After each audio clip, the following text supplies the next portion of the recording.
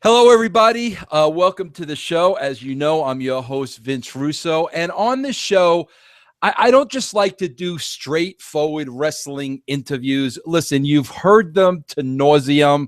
I don't like, hearing repeated stories over and over and over and over again. So what I like to do is I like to talk about certain topics. And I like to bring on, those that I consider the best in their field of the topic that I want to speak about. I had the privilege of working with some of the greatest, athletes and performers in the world. And, many of you, your fans, you admire these performers from a distance, but you never really get inside their heads. And that's what I really try to bring you, because I know from my point of view, having been there and having these conversations with these special individuals is just it's priceless. And it's really what helped make me a better writer. What helped me thrive in the wrestling profession was picking the brain of those that did it.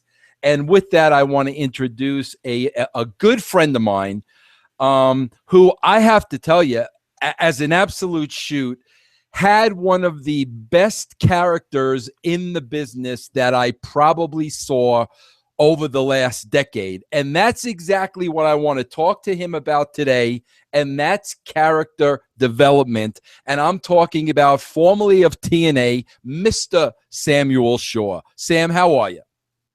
Doing great, Vince. Thanks for having me on. Hey, Sam, I kind of got the Samuel Shaw haircut going on. What do you think about that? I was just thinking that. That is crazy. But you're looking really slick today. Thank you very much, Sam. And you always look slick. Slam, you know what's really cool, Sam?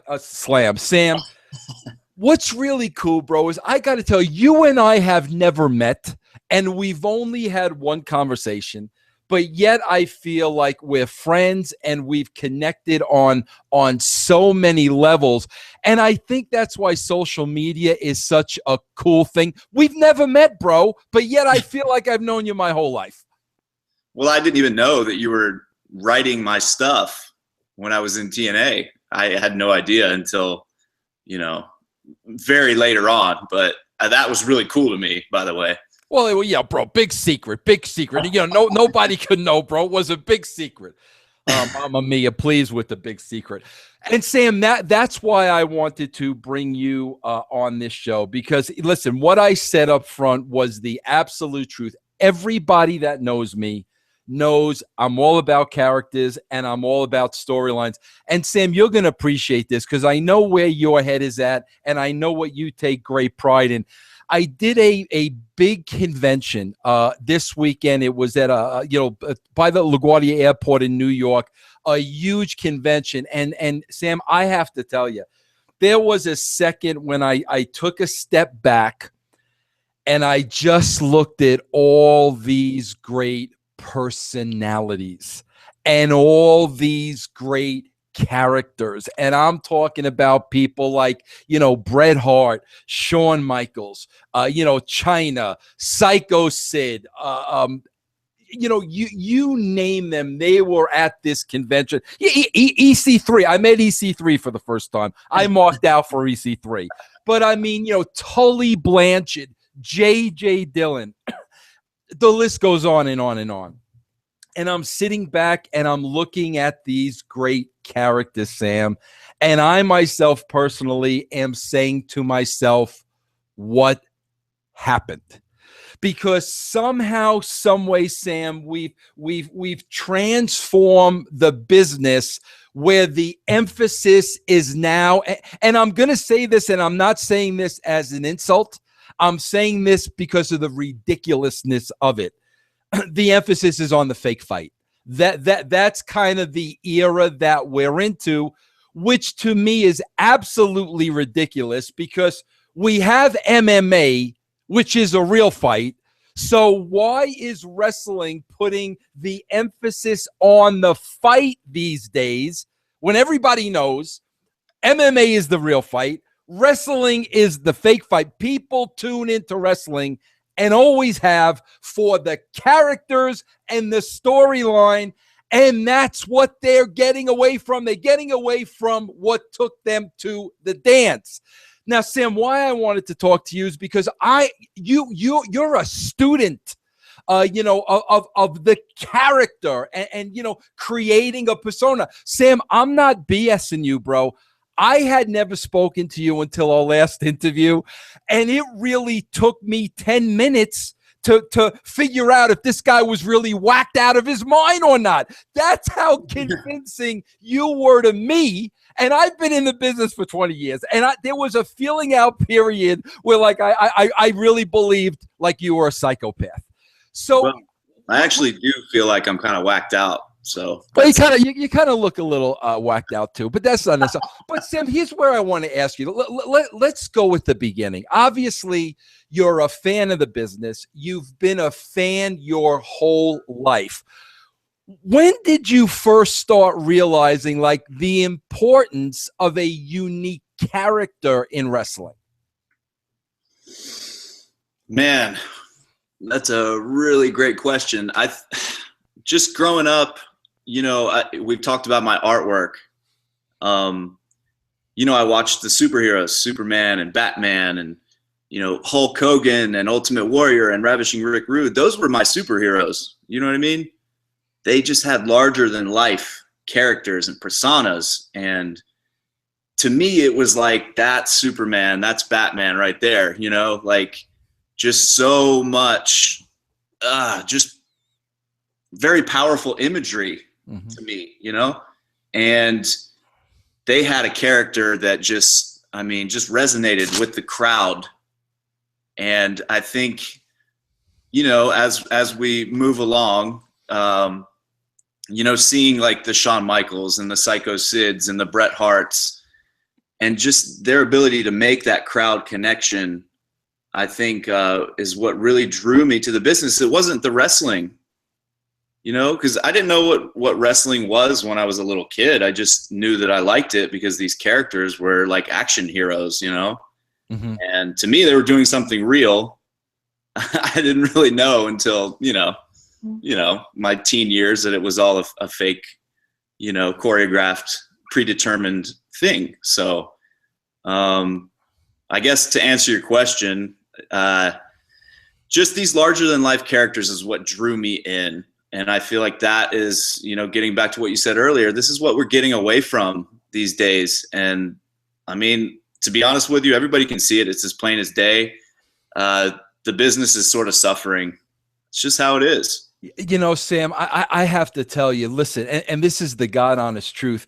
This is the second convention I went to, Sam, in probably like the last 2 months. Both of them were in New York, so both of them were pretty big. Sam, you have no idea, over those two conventions, how many people came up to me. These are wrestling conventions. These are wrestling fans. These are them. I can't tell you the number of people that came up to me telling me they no longer watch wrestling. And, bro, me, it scared the hell out of me because let's face it, Sam, this is what I do for a living. This is what you do for a living. But it's not the same business. And this is what I want to break down with you. Now, I did not realize this until you told me, I interviewed you, a couple months back on my website. And of course, when you told me, well, the light bulb went off in my head. It made all the sense in the world to me. You were trained by Bubba and Devon. And bro, Bubba and Devon, their entire careers had great characters, a lot of meat on the bone. So here's what I want to talk to you about, Sam, which a lot of people don't get the insight into. And this is why I think it's great having somebody like you on. When you went to Bubba and Devon's school, give me how the education was broken down as far as the relationship between the character that you had to develop and the in-ring work. Exactly how did that work? How was the format when you went to their school? Well, I told you before I was originally trained by Curtis Hughes, Mr. Hughes in Atlanta, and he gave me a great education as far as the in-ring, all the moves, just a very basic education. I really didn't know like why I was doing certain things. That was something that was lacking, and I felt like I needed that. And Mr. Hughes was more old school in the sense that it's like, okay, let's go out there and feel it out, and you'll learn that way the more you do it.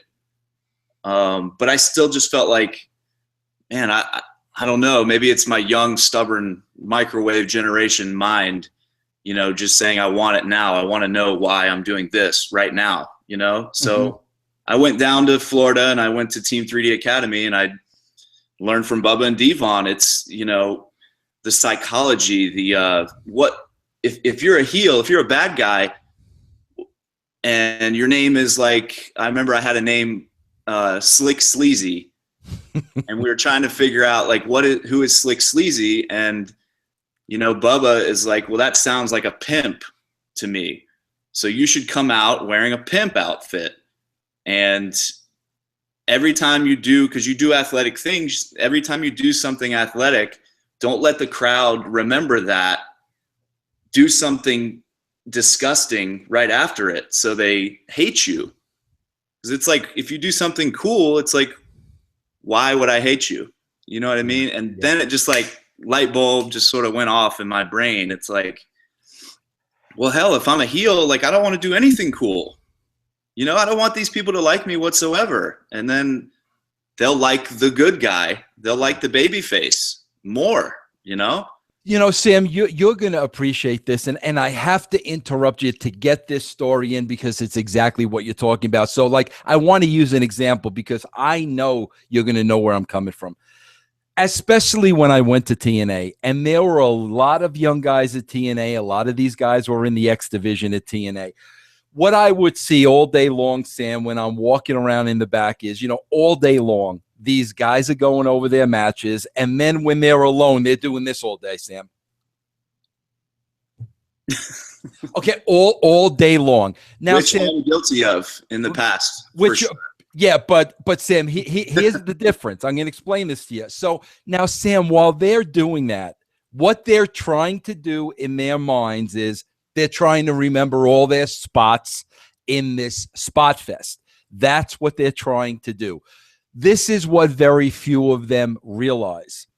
The fact that they're trying to memorize their spots, the first thing that goes out the window is the character. Like you just said, if I did a heel move, I had to follow that up with something heelish, a mannerism, something heelish. What happens with a lot of times with these guys is memorizing spots. First thing that gets thrown out the window is the character. So now what happens is you got a lot of really good wrestlers that look the same. Now, Sam, what was different about you? You're young. You're in that age group. What was different about you that you didn't fall into that trap and you realized, you know what? My character is just as important, if not more important, than the actual match itself. Well, I look at somebody like the Undertaker and I look at the longevity, and I was always taught like that is the key to this business and thriving and making lots of money in this business. Being a character that has a special connection to the crowd that people are going to want to invest their money in to come see for years and years and years and years. I didn't get into this just to be another guy that can do some spectacular moves. I think, this might answer your question too. Once I saw a guy do a double front flip off the top rope and land on his opponent, and he's doing that each and every night, I'm just like, well, shit, that's it. Like, you can't do anything more than that. Mm-hmm. It's like, what now? Like, I'm not going to be able to do that. I better do something, and in my mind, I think the character is where the money's at. I was always taught it's this, the eyes. The facial expressions. Sam, let me ask you another question, because again, you hit the nail on the head. And I want to, Sam, you mind if I ask you how old you are? 31. Yeah. Okay. So you got a long way to go in this business. Sam, I got to ask you a question. You hit the nail on the head, and it's something that I always said. Ric Flair, Shawn Michaels, The Undertaker, these guys will be able to walk out to the ring till they're 70 years old and get a good payday because of who they are. They don't have to take any bumps. They don't have to do anything crazy because of who their character was and what they established over the years. These guys are going to make a living for the rest of their lives. Hey, Sam, I could tell you right now, I just went to this convention. I went to say hello to all my friends, pay my respects. The line for Shawn Michaels, I think Shawn's 50 now. I think I'm safe saying that. Around the corner for Shawn Michaels. I don't know when's the last time Shawn Michaels took a bump. Here's what I'm getting at, Sam. I used to tell these young guys the same thing you're telling me. This is a business. What you want is longevity. Let's face it, Sam. Wrestlers have a shelf life. You're only going to be able to go in that ring and compete for so long. This is a business. You wanna extend that as long as you possibly can. That's why the character is important. If you can go out there and go get over on personality and entertaining the fans and not having to put your body through hell, guess what? You're going to make money for a longer period of time. And in this business, that's what you have to think about. Now, Sam, I could tell you right now, 90% of those conversations went in one ear and out the other ear. And here's why. A lot of these guys were not looking at this as a business. They were looking at it as, okay, how many people can I get the impact zone tonight to chant, "That was awesome"? Not, am I still going to be doing this 20 years from now? Sam, why do you think that a lot of guys just really don't look at this as a business, as a job? I've got to make as much money as I can for as long as I can. Is it an immaturity level? Is it a level of just not understanding? What do you think that is?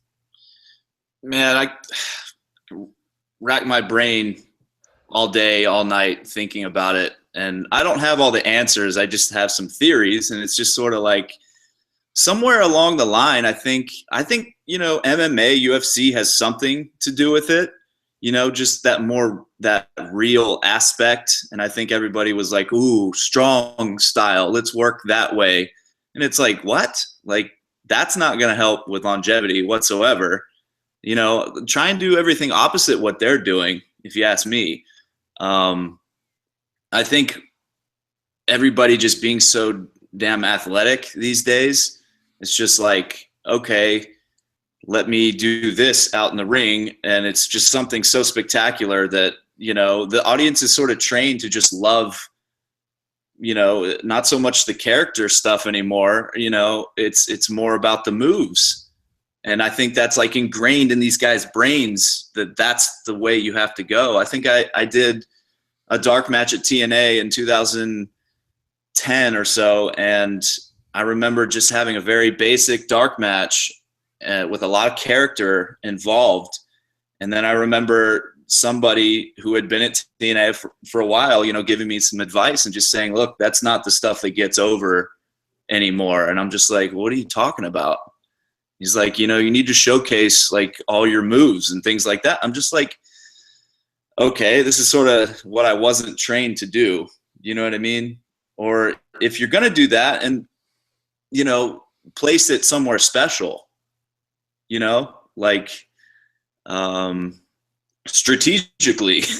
You know, don't just do a move for the sake of doing a move, you know, and for God's sakes, don't do a really cool move and then have the guy kick out of it, for God's sakes, because that just kills it, you know? Yeah, but Sam, you know what's interesting to me? And listen, you and I, we have a little advantage now, Sam, because we're kind of on the outside looking in, and I sit here in my seat every day, and like I'm like you, I don't understand what's going on, and the reason why I say that, Sam, is listen, this is not about the opinion of Vince Russo. This is about fact, and this is about numbers. That's what this is about, the wrestling audience. Bro, say whatever you want. The WWE this time last year, Sam, they've lost 800,000 viewers in the last year. So this is the part that boggles my mind. That guy coming up to you saying, that's not what the fans want anymore. That they want to see your moves. Well, here's my problem. Where's the facts to back that up? Listen, Sam, if the audience is going the other way, then Vince Russo is an absolute idiot. I'm irrelevant. I'm behind the times. I don't know what I'm talking about.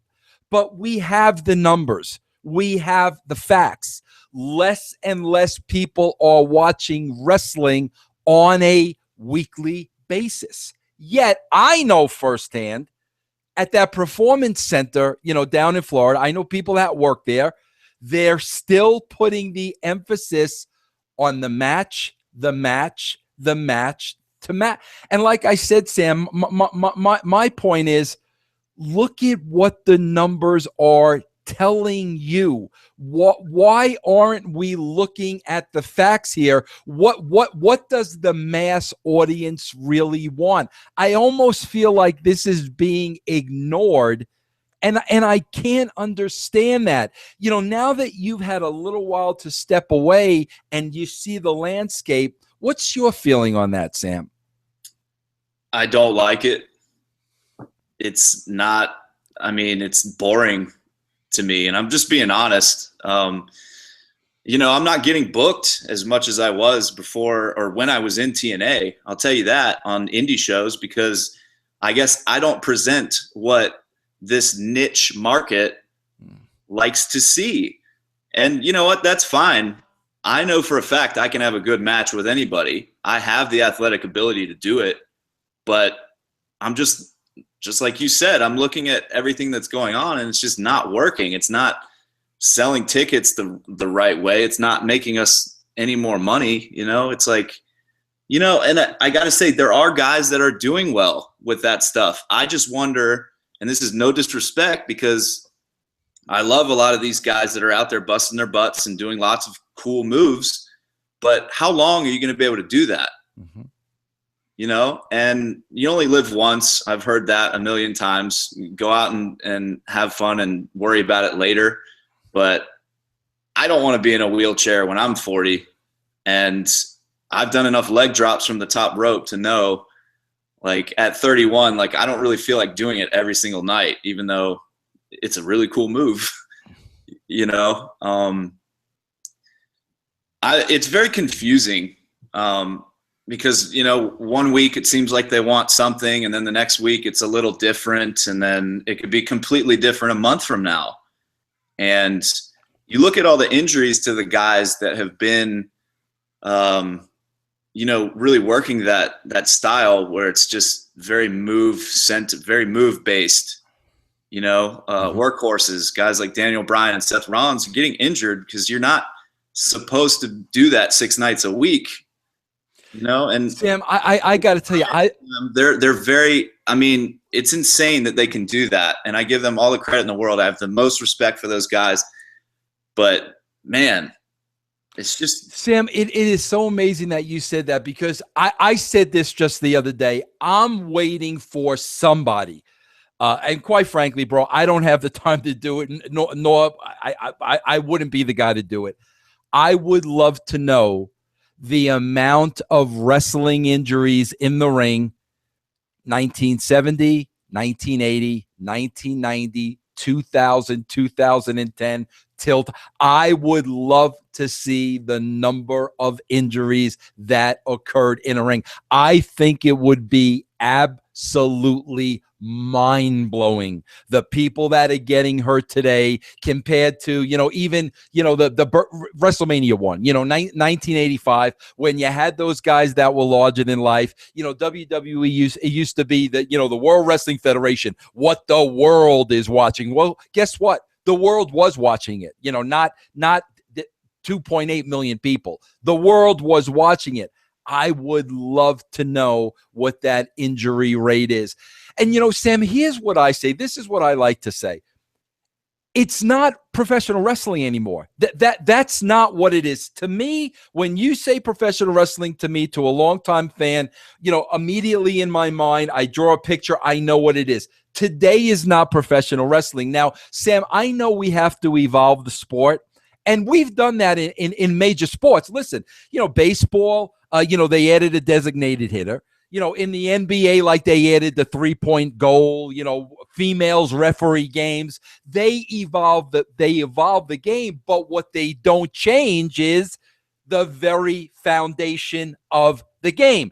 Baseball is 9 innings. You get 3 outs. They've not changed the foundation. They've changed the foundation in wrestling. And it's not professional wrestling anymore. And like I said, to me, that's cool. If it's drawing more than professional wrestling used to draw, I'm all aboard. I'm with it. But when you're seeing a 15-year decline, why would you continue to go in this direction? Man, it's mind-boggling. I don't have all the answers, man. I wake up every day thinking about professional wrestling. I mean, it's what I've trained and busted my butt for almost, I'm going on 9.5, 10 years, since I started. And, I really felt like with that stuff I did in TNA, like I was just, really getting rolling with something, and I felt like, it was like early 2014 when they started rolling out, my character. EC3 was starting to get hot with his, being the nephew of Dixie Carter. They were really investing in some character development. And, man, we had a good crew and all the guys doing the house shows and everything, riding up and down the road together, learning from some veterans that were with us. Bully and Ken Anderson were with us.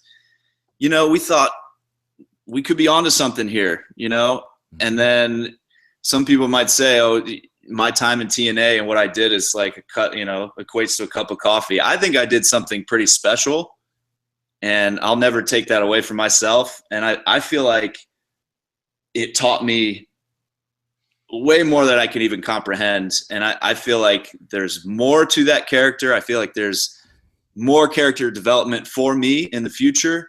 And it just shows that, people had some interest in that stuff, and we've said it before, like Walking Dead, Dexter, all these TV shows that are really popular right now. True Detective. Look at the ratings on those shows. Yeah. There's, like you said, the foundation of wrestling could stay the way it was in the past and make money, but you can evolve with these characters. You don't have to be the toony, crazy, larger than life characters from the early 90s. You can do something like what we started doing in TNA, and it was a little edgy. Look at Lucha Underground. Amazing. Sam, I got to tell you an interesting story. It was about 1.5 years ago when I started consulting at TNA. And of course, bro, it was a big secret. Nobody could know. I wasn't allowed to go to the TVs or any of that stuff. But I could tell you this, bro. At the very beginning, when I had their ear, bro, TNA was up to when I was there, bro, we were over 2 million. We hit over 2 million people. We weren't doing over 2 million people every week, but we hit over 2 million people. It had gone down. And, bro, when I was there, we had kind of gotten it back up to a 1.3 and a 1.4. Okay. I'm talking about million now. Bro, I could see and I don't mean to pick on anybody, but we're going to be honest here. I'm going to be honest here. I could see like over a couple of weeks that the more and more I spoke to, John Gaborik, the more he knew more about writing television than Vince Russo would ever know in his entire life. Meanwhile, I was connected to Vince McMahon's hip for 5 years, for crying out loud. I learned from the absolute best. But when I kind of saw that, he knew more than me, I was kind of like, okay, no problem. And I'll never forget this, Sam. Finally, it got out, that I was consulting. The gig was up. I was out of a job. And like that week, John Gaborik did an interview with Grantland from ESPN. Okay. And I'll never forget, bro, he made the statement, because now that I was gone and I was the character guy and the storyline guy, he made the statement, the wrestling fans have made it clear. They've made it loud and clear. What they want is wrestling, and what we're going to give them is wrestling. Now, I remember when I read that comment, I was like, what for my first thing was, what wrestling fans told you that? Like, who told you that? What wrestling fans told you they wanted wrestling? And what that came off of, Sam, is, I don't know if you were there or not, but they just had a couple of shows in New York City where, like, that's your audience. That's what they want. But I don't care about New York City. When I was writing, Sam, I cared about the world. I care about the world, the entire world. So, they told us they want wrestling, so we're going to give them wrestling. Meanwhile, bro, as you know, I haven't watched the show in ages, but it's a tournament now with nothing but matches. Okay, bro, we've gone from 1.4 million to 350,000 people. But here's the amazing thing. They continue to go in that direction. And it boggles my mind. Sam, let me ask you this, because you and I had this conversation, and I don't want to pick on the writers, and I'm not going to mention them by name. That's not important. That's not what I'm after. But what I want to ask you was, and I told you this is where I was concerned. Your character, bro, was on such a different level. And it wasn't like writing wrestling. It was like writing a television show. That's how it was writing for you. Do you feel that some of the breakdown might have come as well because you literally had wrestling writers and your level of performance was really above that, and maybe they couldn't write up to your performance? You think that had anything to do with it?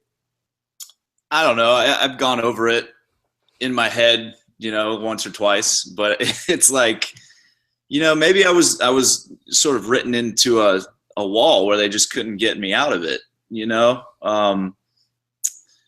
I was pitching ideas. I felt like I knew what this character, what his next move would be, and it just didn't seem they weren't very receptive to it.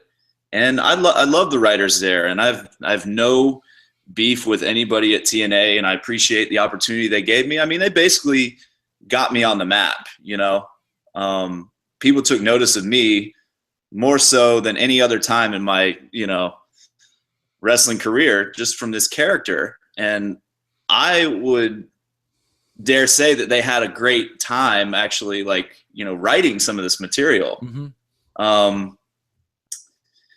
And I felt like, John Gaborik was very on board at the beginning, and Dave Lagana, I'll mention him by name. Dave Lagana, always, producing my segments, and, he's right there telling me how he thought it should go and things like that. And, just pitching ideas to these guys. And it just seemed like, well, here comes another talent through the door that they're going to focus on instead of this now. I don't know why. Like you said, I think there's been so many changes in TNA and so many directional changes. They don't know where to go, and they're all about the wrestling. But that's not really what's making wrestling thrive right now. God, Sam, I can remember, I swear to you, bro, I can remember sitting in a hotel room because, again, everything was a big secret. And John Gaborik had shot this vignette with you that wasn't even going to air. And he showed it to me. And if you can remember, and I'm sure you do, bro, it was in the apartment, and it was Christy was there, and it was the overhead shot of like seeing you go from room to room. And John was not going to play this for whatever, either he got cut or whatever. He showed me this. And I'm like, John, are you out of your mind? I said, this is incredible. And bro, I put him over like $1 million.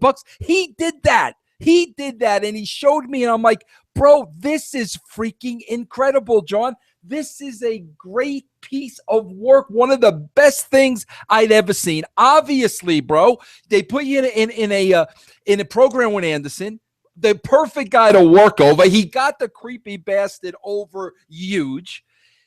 This Christie, bro, I was watching from home, was putting on the best performance I ever saw Christie had me do. I was watching it. And bro, I was writing notes every week like, with this, Christie's phenomenal. Like the whole thing was falling into place. And then all of a sudden, we're going to do wrestling.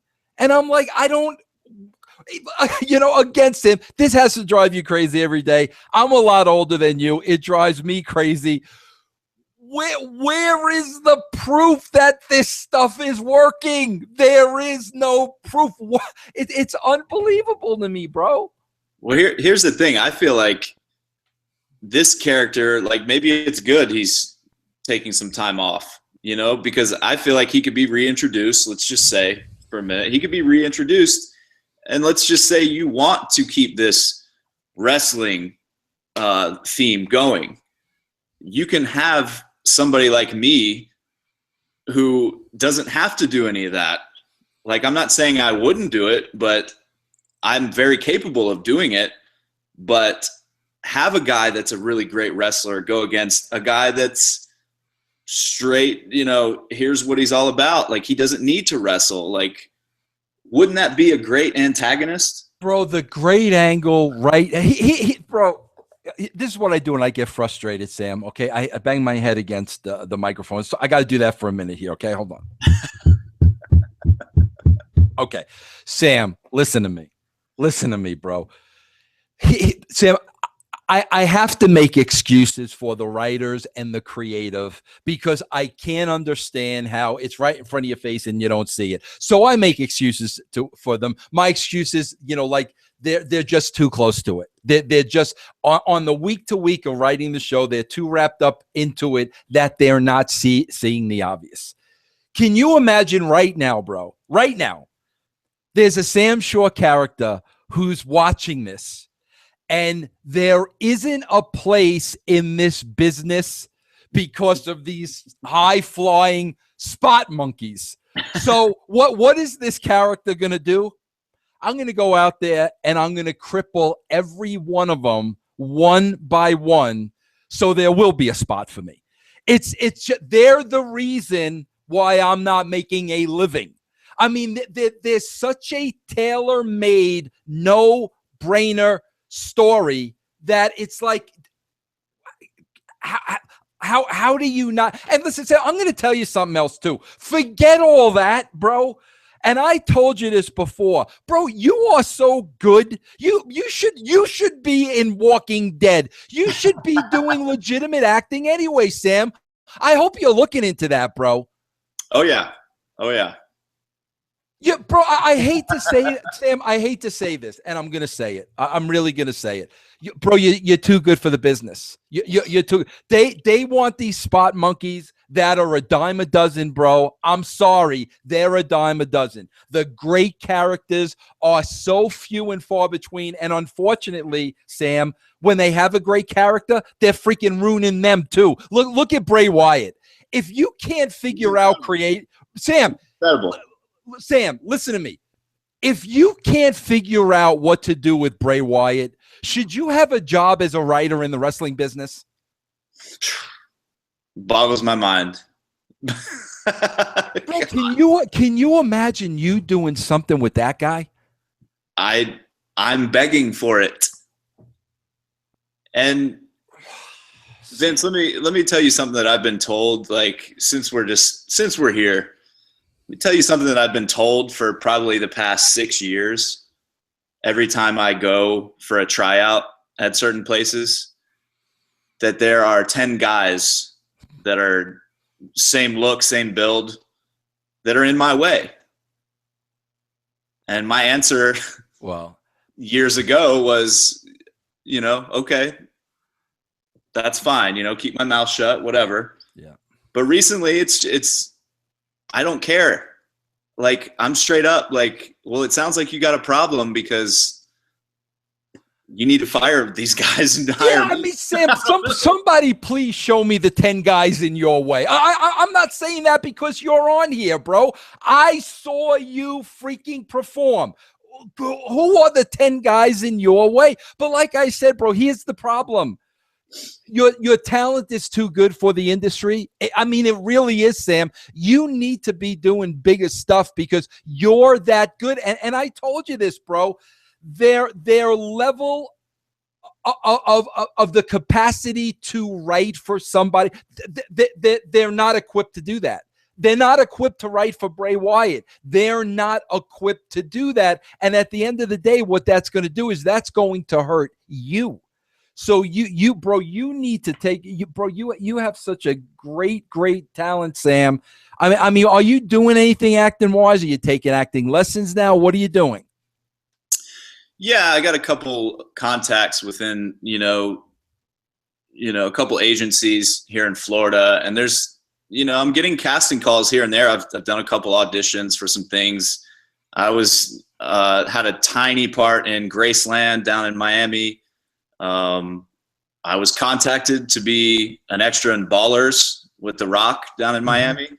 But, that's just, if I lived in Miami, it'd be a little easier. But it seems like there's a lot of business going on in Miami as opposed to, Los Angeles these days. So, I mean, Los Angeles obviously is the mecca for, acting and getting into that. But there's a lot of stuff going on in Florida. And, man, I've just lived in Florida my whole life pretty much. So I'm trying to make the best of it. And I'm definitely, trying to cater to my talents. And to be honest with you, professional wrestling is not making me money anymore. You know what I mean? And honestly, you and me both, bro. Just so you know, so you're not alone. It's I do some indies here and there, and I have I've had some tryouts lately and things like that. But it's like I'm just it's very like gut wrenching and sort of depressing to see, something that you love so much just sort of changing or going in a direction that you don't really agree with, but it's sort of like, well, who am I to say that, you know what I mean? But Sam, don't even say don't agree with. It's not about that. It's going in the direction that is not working. The numbers clearly back that up. This isn't your opinion. This isn't my opinion. This is factual. This is not working. True. Can you imagine you in a program with Bray, bro? It would be Frankenstein versus Dracula. I mean, holy crap, the possibilities if you had a legit writer writing that story. Sam, I want to ask you a question, and I don't want to get too much into it, but I have to ask you this. I know you recently, had like a tryout down at the Performance Center, and like I don't want to talk about that, but this is what I want to ask: Did more or less somebody set up that tryout, and like when you got that, did they know who you were? Like had anybody there seen your work on TV? I think they have seen it. I just think that they, sort of make it more of a mystery. Like, they act like they haven't, you know what I mean? Yeah. And to be honest with you, I just went down there and busted my ass. And, I love that sort of like training environment. And I think it's something that I could thrive in, and get better at. And I think that I would excel and rise above and be something more special than a lot of what they have down there. And that's no disrespect to anybody there. I had a great time. Everybody was nice. Everybody's cool. But in the long run, I don't really care about them. Like, I'm trying to make money to support my family and make the best of this career path that I've chosen. So if anybody doesn't like what I'm doing there, it's tough luck. You know what I mean? Yeah. Well, Sam, I'm going to tell you this, and this isn't words. Like, I've seen this happen over and over and over in the wrestling business. And listen, wrestling is a very political environment, and unless you're in it, you don't have a clue. But I've said this to so many guys, bro. Somehow, some way, the cream always finds a way of rising to the top. You can't keep good talent down. And I'll tell you why, Sam. The wrestling business is all about money, and it's all about making money. And at the end of the day, what's going to make you money? Great talent. So at the end of the day, whether they like it or not, the great talent is always going to rise to the top, because those are the people that are going to make them money. And I, like I said, bro, I'm not one to blow smoke, but when I was consulting for TNA, I mean, your character was the one I was most excited to work for two reasons. Number one, it was a lost art, and I knew it. And number two, you were just so damn good at it, bro, that it blew my mind. And I just really hope, bro, is, sitting there now, not being with TNA and looking at a distance, I really do hope, Sam, you understand and know all the things I'm telling you. No, I mean, when I was in the midst of doing that, trying to put that character together, I was, you have that initial, like, am I doing this the right way? Am I, doing justice to this character? Because you want to be a success with whatever you're given. And hearing you say that, just like, I mean, once I saw it all play out, I thought, this is great. I was having the most fun I've ever had, and I did all the moves back in the day. I did everything. I had different characters, but this was really something I could sink my teeth into and grasp. And man, when they put me with Anderson and got the creepy bastard thing over and Christy, it just meshed well. And man, I just really thought, like, hey, this is a character that I could have some longevity with. And, it's just heartbreaking when, you feel like you're busting your ass, you're doing everything you're told, and they don't have anything for you. It just sort of messes with your head, especially in a business like this that's like so kind of small. And, not saying it's like paranoia going on backstage, but it's just everybody's fighting for a spot, Mm-hmm. And when you come to work and you see that, well, last month you had a solid program with Gunner, and then this month you and Gunner aren't being used, it's like, did we do something wrong? You know what I mean? Or did somebody else do something wrong? What's going on here? Because we know we're two of the guys that busted our butts more than, we had a hardworking roster, but I'll tell you, we're in the gym, we're studying tape, we're doing everything that we had to do to be the best that company could offer. And that's the thing, bro. Like, you just threw Gunner's name out there, and me knowing Gunner and working with Gunner, the fact that the two of you it absolutely blows my mind. And like, this is the thing that I've always said, Sam. Like, when The Office gives you the old, our writers have nothing for you. Well, in reality, then who should be the one to get fired? The writers who have nothing for you, and it is their job to have something for you, or the talent who's waiting for the writers to give them something. In reality, who's the one that should be out of a job? True. And I wonder, I'll just say it here, since we're talking about this stuff. It's sort of like, some unfortunate things happen, and Santana Garrett she didn't re-sign with the company, so I didn't have the Samuel and Brittany storyline going anymore. So it's like, I'm just thinking, okay, well, what are they going to do when I come back to TV? And then, of course, nothing was going on. Mm-hmm. But we also had a change in network. You know, we went from something like Spike TV, which was pretty edgy, you know, pretty edgy man-oriented network, you know, mm-hmm. going to some place like Destination America, who we didn't know much about. I mean, nobody's really watching their channel to see river monsters or whatever they're doing. Right. But okay, TNA is with Destination America now. Let's see what we're gonna do. And then it just seemed like, well, do they have this big say in what's going to be on TNA's program?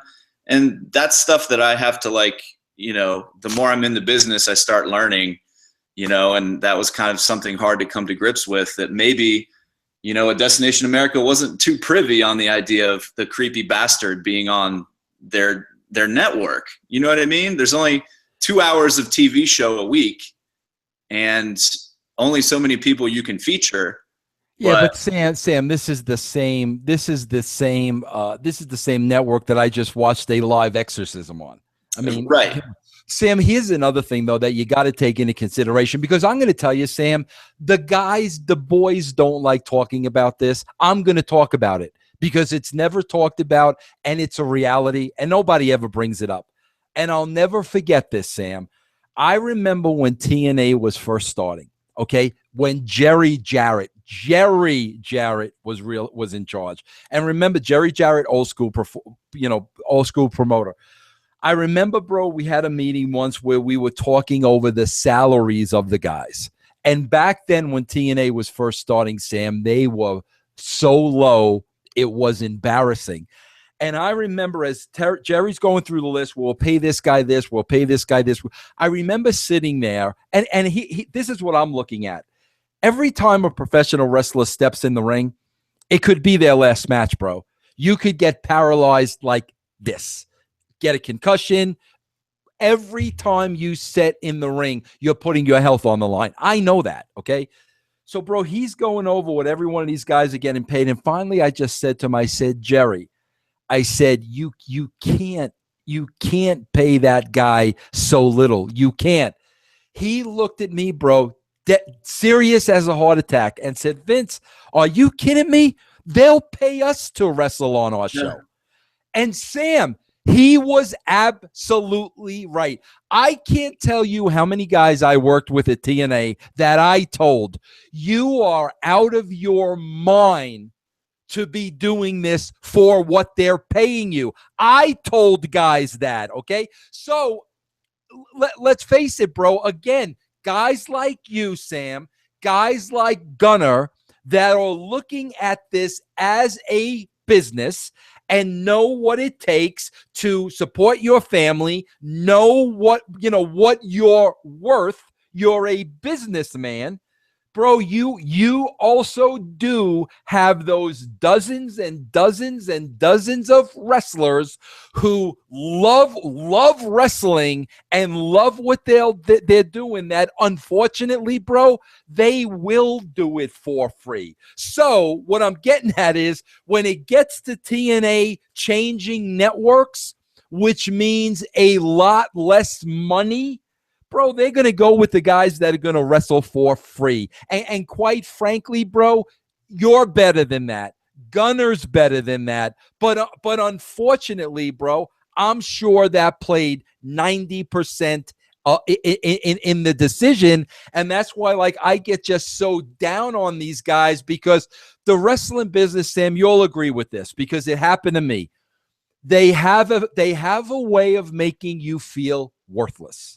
They have a way of making you feel like we're doing you a favor by having you on our show. That's the way they make you feel. A lot of the guys fall into that trap and literally wind up working for nothing. And those that understand, I've got to make a living, I'm putting my body on the line, I don't have a pension, and all the right things, they're the guys that are on the outside looking in. Yeah, and I think that's, I looked at that. That's the reality right now, and it's like, well, then I don't really care if you don't want to book me up in New York or New Jersey, because if you're not going to give me X amount of dollars to get up there and pay for my flight and trans and hotel, and like, I don't need it. Mm-hmm. I'll sit down here in Florida. I'll do my artwork. I'll go to the gym and work out, and I'll feel good. I'll sell my artwork. I've got a lot of stuff going on. I'm fine. It sucks because I love professional wrestling, but it's very hard to love it right now. Hey, Sam, can I hit you with an idea right here in front of everybody? Absolutely. I swear to God, Sam, I got to hit my head against the mic again. Sam, I can't believe I did not think of this before. Sam, I had a comic. You're a big comic book guy, right? Yeah. You know Jason Aaron, right? Yeah. Oh, he was on the show. Okay, cool. Yeah. And him and I had a big discussion because I told him that I thought Thor was very feminine, and he didn't like that very much, bro. But I had to be honest with the guy. But listen to me, Sam. I pitched this to Jason. I said, Jason, I'm interested in doing a comic book of what the wrestling business really is. The drama, what happens behind the scenes, the politics, the steroids, the who's sleeping with whose wife, a real life comic book behind the scenes that, nobody will do this on TV because nobody understands it. You know what I'm saying? Bro, the wrestling business, everybody on the inside is so, still kayfabe. Meanwhile, somebody could make a fortune going on mainstream television with the real deal. Yeah. Okay? So like I said, Aaron, I said, Jason, I really want to do this. What do you think? Jason thought it was a phenomenal idea. Okay? So now he just said to me, he goes, well, there are a couple of ways of going about this, but I guess with some comic books, bro, they want the story and the art. So I'm like, bro, I don't have, 30 grand to pay and all. Like, what do you got? And like, that was the end of the conversation right there. Bro, might you be interested in doing something like that? I'm always interested in doing something like that. Bro, you just reminded me, bro, that your artwork is freaking unbelievable. Well, thank you. Yeah, that's my main source of income, So Bro, can we talk about that? Absolutely. Because bro, I think that would be huge. I think it would be a huge seller. I think people would buy it. And I think from there, you'd finally get your television show. But somebody has to put all the pieces together and do it. Yeah, let's make it our baby. You can, when we get to TV again, you can write it and I'll be the star. There you go, bro. That solves all our problems right there.